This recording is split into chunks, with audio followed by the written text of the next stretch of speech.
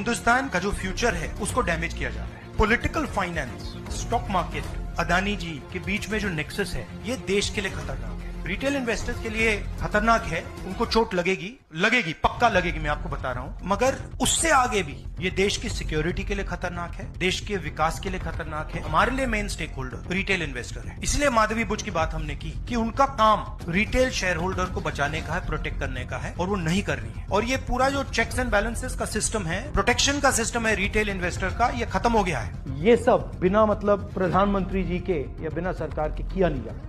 मेरा काम है एज एलओपी आपको प्रोटेक्ट करना। शेयर बाजार में भारी गिरावट से आम निवेशकों को भारी चोट लगी है। शेयर बाजार में आई इस भयंकर गिरावट से भारतीय राजनीति में भी गर्माहट आ गई है और विपक्षी दलों ने केंद्र सरकार को निशाने पर ले लिया है। शेयर बाजार को लेकर राहुल गांधी की चेतावनी वाले कई वीडियो इस समय सोशल मीडिया पर वायरल हो गए हैं और लोग भी इन्हें खूब शेयर कर रहे हैं और कह रहे हैं कि राहुल गांधी ने जो अंदेशे जताए थे वह सही साबित हो रहे हैं। सेंसेक्स शिखर से 17% तो निफ्टी अब तक 18% लुढ़क चुका है और 5 महीने में निवेशकों के 95 लाख करोड़ डूब चुके हैं। बीते साल 27 सितंबर को दोनों सूचकांक अपने सबसे ऊंचे स्तर पर पहुंचे थे। इस अवधि में सेंसेक्स जहां 17.45% टूट चुका है, वहीं निफ्टी में 18.70% की गिरावट आ चुकी है। इस अवधि के दौरान 5 महीनों में निवेशकों को 95 लाख करोड़ रुपए का नुकसान हो चुका है। शुक्रवार को निवेशकों की संपत्ति में करीब 8.82 लाख करोड़ की गिरावट आई है। ये सबसे लंबी गिरावट बताई जा रही है। निफ्टी में 29 साल बाद ऐसा हुआ है जब ये सूचकांक लगातार 5 महीने से पिछले महीने की तुलना में निचले स्तर पर बंद हुआ है। शेयर बाजार इतिहास की चौथी सबसे बड़ी गिरावट के दौर में दर्ज हो गई है। सबसे बड़ी गिरावट में 2008 में 52% की गिरावट आई थी। वहीं 1994-95 में 31.4% की गिरावट आई थी। वर्ष 1996 में 26% की गिरावट दर्ज हुई थी। फिलहाल बाजार के बड़े इंडेक्स 18 से 20% तक टूट चुके हैं। कोविड के दौरान बाजार में 13 से 14% की गिरावट आई थी। बाजार में गिरावट के भी अहम कारण हैं। दुनिया के बाजारों और राजनीतिक घटनाक्रमों का असर व्यापक रूप से शेयर बाजार पर पड़ रहा है। लेकिन यहाँ ये सवाल खड़ा होता है कि इन सब परिस्थितियों का आकलन समय रहते क्यों नहीं किया गया, क्योंकि इन सब घटनाओं के बारे में जानकारियाँ पहले से ही सार्वजनिक रूप से मौजूद थी। शेयर बाजार की गिरावट और उसमें अस्थिरता को लेकर इस समय नेता विपक्ष राहुल गांधी के कई वीडियो सोशल मीडिया पर वायरल हो रहे हैं। राहुल गांधी ने कई बार शेयर बाजार और अनियमितताओं का मुद्दा उठाया था और उन्होंने केंद्र सरकार, वित्त मंत्रालय, सेबी और अदानी की कार्यशैली को लेकर बड़े प्रश्न सार्वजनिक रूप से सामने रखे थे। ऐसे में जब शेयर बाजार में इतनी बड़ी गिरावट दर्ज हो चुकी है तो लोग राहुल गांधी की तारीफ करने लगे हैं कि राहुल गांधी समय से पहले ही इन विषयों को उठा चुके हैं और उनकी दूरदर्शिता का लाभ सरकार को लेना चाहिए था और समय रहते शेयर बाजार की गतिविधियों पर निगाहें रखनी चाहिए थी। राहुल गांधी के जो वीडियो इस समय सोशल मीडिया पर वायरल हो रहे हैं, आइए देखते हैं उन्हें और समझते हैं कि राहुल गांधी ने जो विषय उठाए थे वह कितने सही और गंभीर थे। हिंदुस्तान का जो फ्यूचर है उसको डैमेज किया जा रहा है। Political finance, stock market, Adani ji के बीच में जो नेक्सस है ये देश के लिए खतरनाक है। रिटेल इन्वेस्टर्स के लिए खतरनाक है, उनको चोट लगेगी पक्का लगेगी, मैं आपको बता रहा हूं। मगर उससे आगे भी ये देश की सिक्योरिटी के लिए खतरनाक है, देश के विकास के लिए खतरनाक है। हमारे लिए main stakeholder retail investor है। इसलिए माधवी बुच की बात हमने की कि उनका काम रिटेल शेयर होल्डर को बचाने का है, प्रोटेक्ट करने का है, और वो नहीं कर रही है। और ये पूरा जो चेक्स एंड बैलेंसेस का सिस्टम है, प्रोटेक्शन का सिस्टम है रिटेल इन्वेस्टर का, ये खत्म हो गया है। ये सब बिना मतलब प्रधानमंत्री जी के या बिना सरकार के किया नहीं जाता। मेरा काम है एज एलओपी आपको प्रोटेक्ट करना। शेयर बाजार में लगातार गिरावट से निवेशकों में हाहाकार मचा हुआ है। बीते कुछ ही दिनों में निवेशकों के लाखों करोड़ रुपए डूब चुके हैं। शेयर बाजार के इस हाल के बीच राहुल गांधी के कई वीडियो वायरल हो रहे हैं जिसमें वो शेयर मार्केट को लेकर पब्लिक को अलर्ट करते हुए नजर आ रहे हैं। रिटेल इन्वेस्टर्स के लिए खतरनाक है, उनको चोट लगेगी पक्का लगेगी, मैं आपको बता रहा हूं। मगर उससे आगे भी ये देश की सिक्योरिटी के लिए खतरनाक है, देश के विकास के लिए खतरनाक है। ये सब बिना मतलब प्रधानमंत्री जी के या बिना सरकार के किया नहीं जाता। मेरा काम है एज एलओपी आपको प्रोटेक्ट करना। It's pretty clear Mr. Adani is there. Yes. It's pretty clear Madhavi Buch is there, controlling the stock market, controlling the valuation. It's pretty clear the Prime Minister is there. Now, who else is in this thing? आपने कई बार पूछा कि market पे इसका क्या implication होगा, so let's talk to Sucheta ji. Okay. really glad that you're looking into this issue because I think it's very serious. India is among the top 5 capital markets in the world. So the credibility of the capital market regulator is immensely important. The question that you rightly asked, which is, it's not that the SEBI chairperson is acting alone. And I don't think any SEBI chairperson ever has had the courage to say they won't appear unless there is some kind of tacit signal that don't worry, we can take care of it.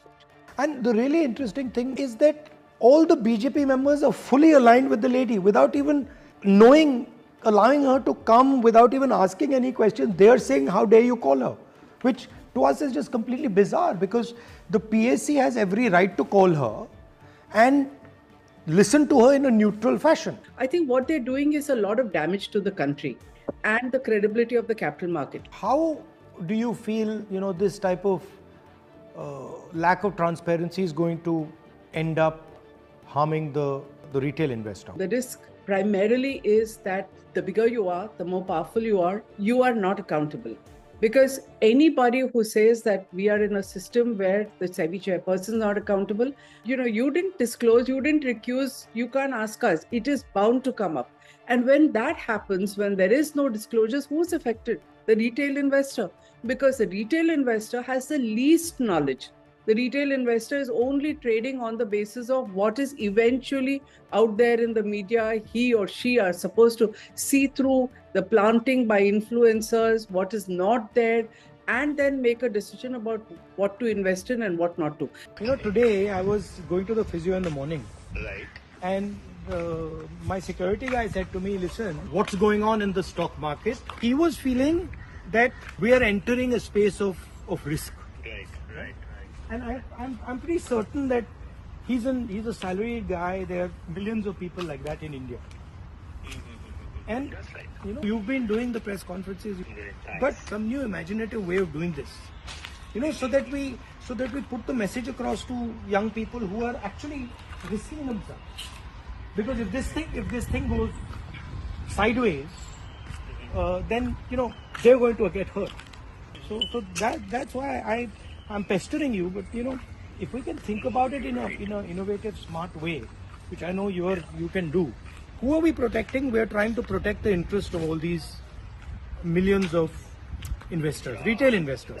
And if you want me to be involved in it, you tell me how. They're actually videoing this conversation because they want to sort of make it transparent about how we are thinking about it. नेता प्रतिपक्ष राहुल गांधी ने एक बार RBI के पूर्व governor Raghuram Rajan से बातचीत करते हुए भी शेयर मार्केट को लेकर चिंता जाहिर की थी। मैं एक बार पार्लियामेंट में जा रहा था और पार्लियामेंट के वहाँ पे जो सिक्योरिटी गार्ड्स हैं उनसे मेरी दोस्ती है, तो मैंने उन एक सिक्योरिटी गार्ड से पूछा, भाई क्या कर रहे हो? तो उसने मुझे कहा बहुत मज़ा आ रहा है। मैंने कहा क्या हुआ? उसने कहा मैंने अदानी के स्टॉक खरीदे और उसके बहुत सारे पैसे बन रहे थे। मगर मैंने सोचा कि वो सैलरीड क्लास का है और ऐसा काम करना उसके लिए काफ़ी रिस्की है, मगर उसको रिस्क नहीं समझ आ रही।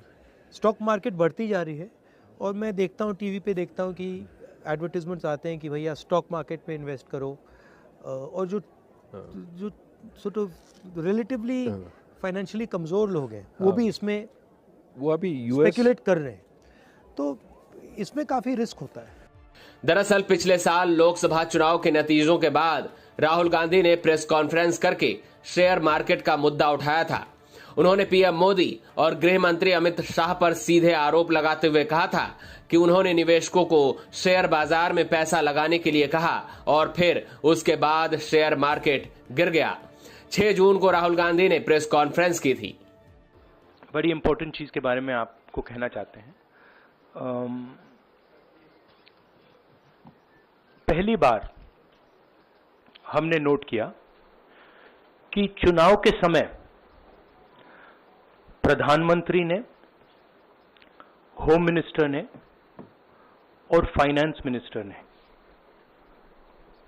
स्टॉक मार्केट पर टिप्पणी दी। प्रधानमंत्री ने 2-3 बार 4 बार देश को कहा कि स्टॉक मार्केट तेजी से आगे बढ़ने जा रही है। होम मिनिस्टर ने सीधा कहा कि 4 जून को स्टॉक मार्केट आसमान में जाएगी, लोगों को खरीदना चाहिए। और यही मैसेज फाइनेंस मिनिस्टर ने दिया। फर्स्ट, ये आज थोड़ा हम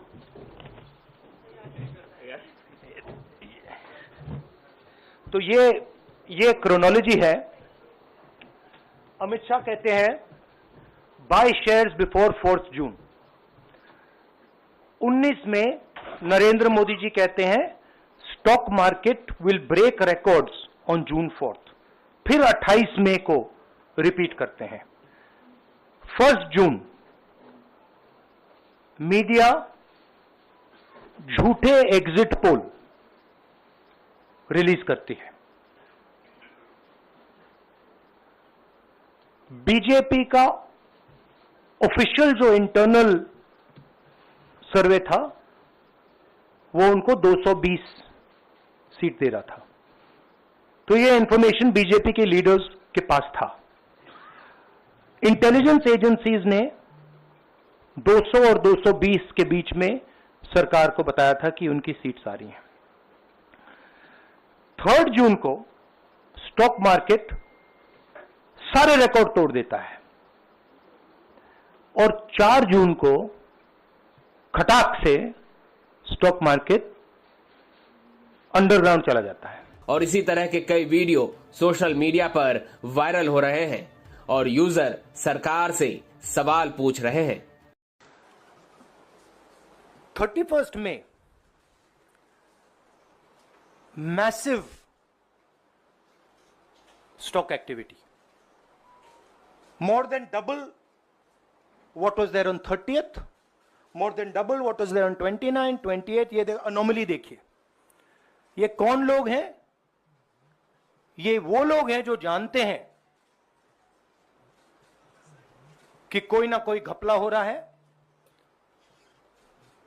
हजारों करोड़ रुपए यहां पे इन्वेस्ट हुए हैं, फॉरेन इन्वेस्टर्स ने इन्वेस्ट किए हैं और उसके बाद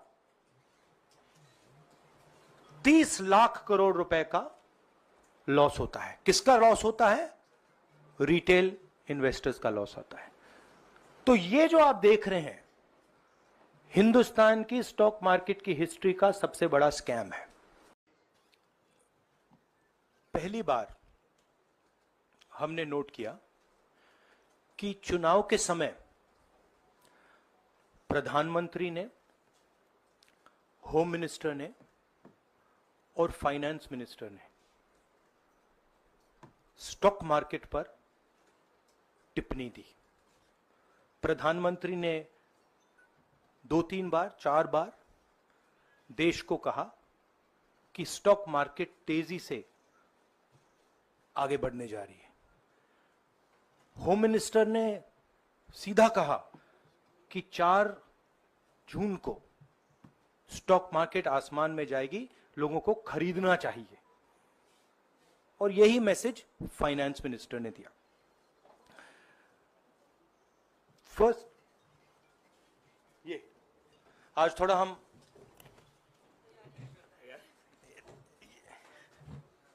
तो ये क्रोनोलॉजी है।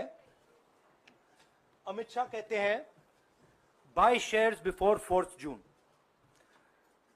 19 में नरेंद्र मोदी जी कहते हैं stock market will break records on June 4। फिर 28 मई को रिपीट करते हैं। 1 जून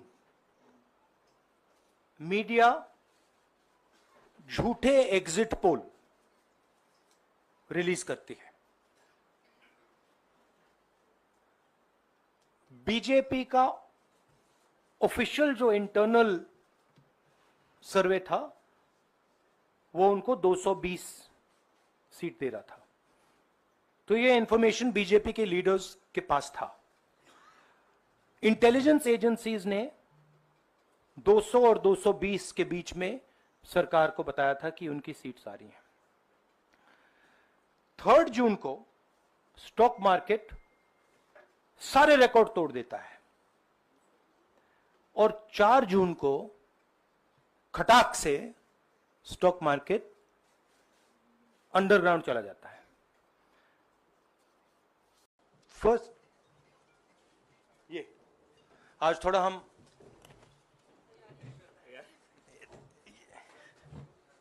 तो ये क्रोनोलॉजी है। अमित शाह कहते हैं बाय शेयर्स बिफोर 4 जून। 19 में नरेंद्र मोदी जी कहते हैं stock market will break records on June 4। फिर 28 मई को रिपीट करते हैं। 1 जून मीडिया झूठे एग्जिट पोल रिलीज करती है। बीजेपी का ऑफिशियल जो इंटरनल सर्वे था वो उनको 220 सीट दे रहा था। तो ये इंफॉर्मेशन बीजेपी के लीडर्स के पास था। इंटेलिजेंस एजेंसीज ने 200 और 220 के बीच में सरकार को बताया था कि उनकी सीट्स आ रही हैं। 3 जून को स्टॉक मार्केट सारे रिकॉर्ड तोड़ देता है और 4 जून को खटाक से स्टॉक मार्केट अंडरग्राउंड चला जाता है। अगला स्लाइड दिखाइए जरा। ये देखिए 31 मई massive stock activity, more than double what was there on 30th, more than double what was there on 29, 28। ये अनोमली देखिए। ये कौन लोग हैं?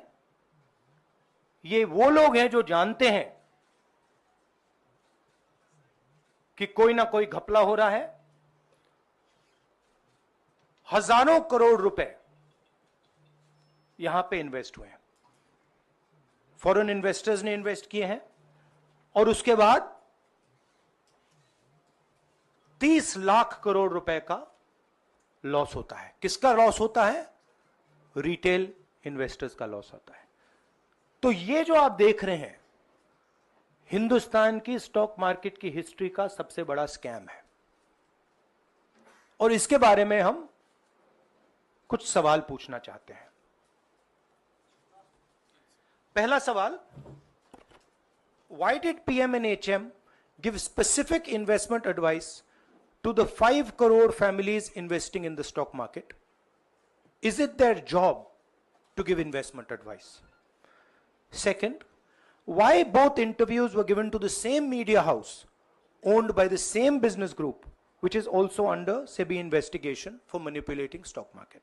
Third, what is the connection between the BJP, the fake exit pollsters, and the dubious foreign investors who invested 1 day before the exit polls were announced and made a huge profit at the cost of 5 crore families?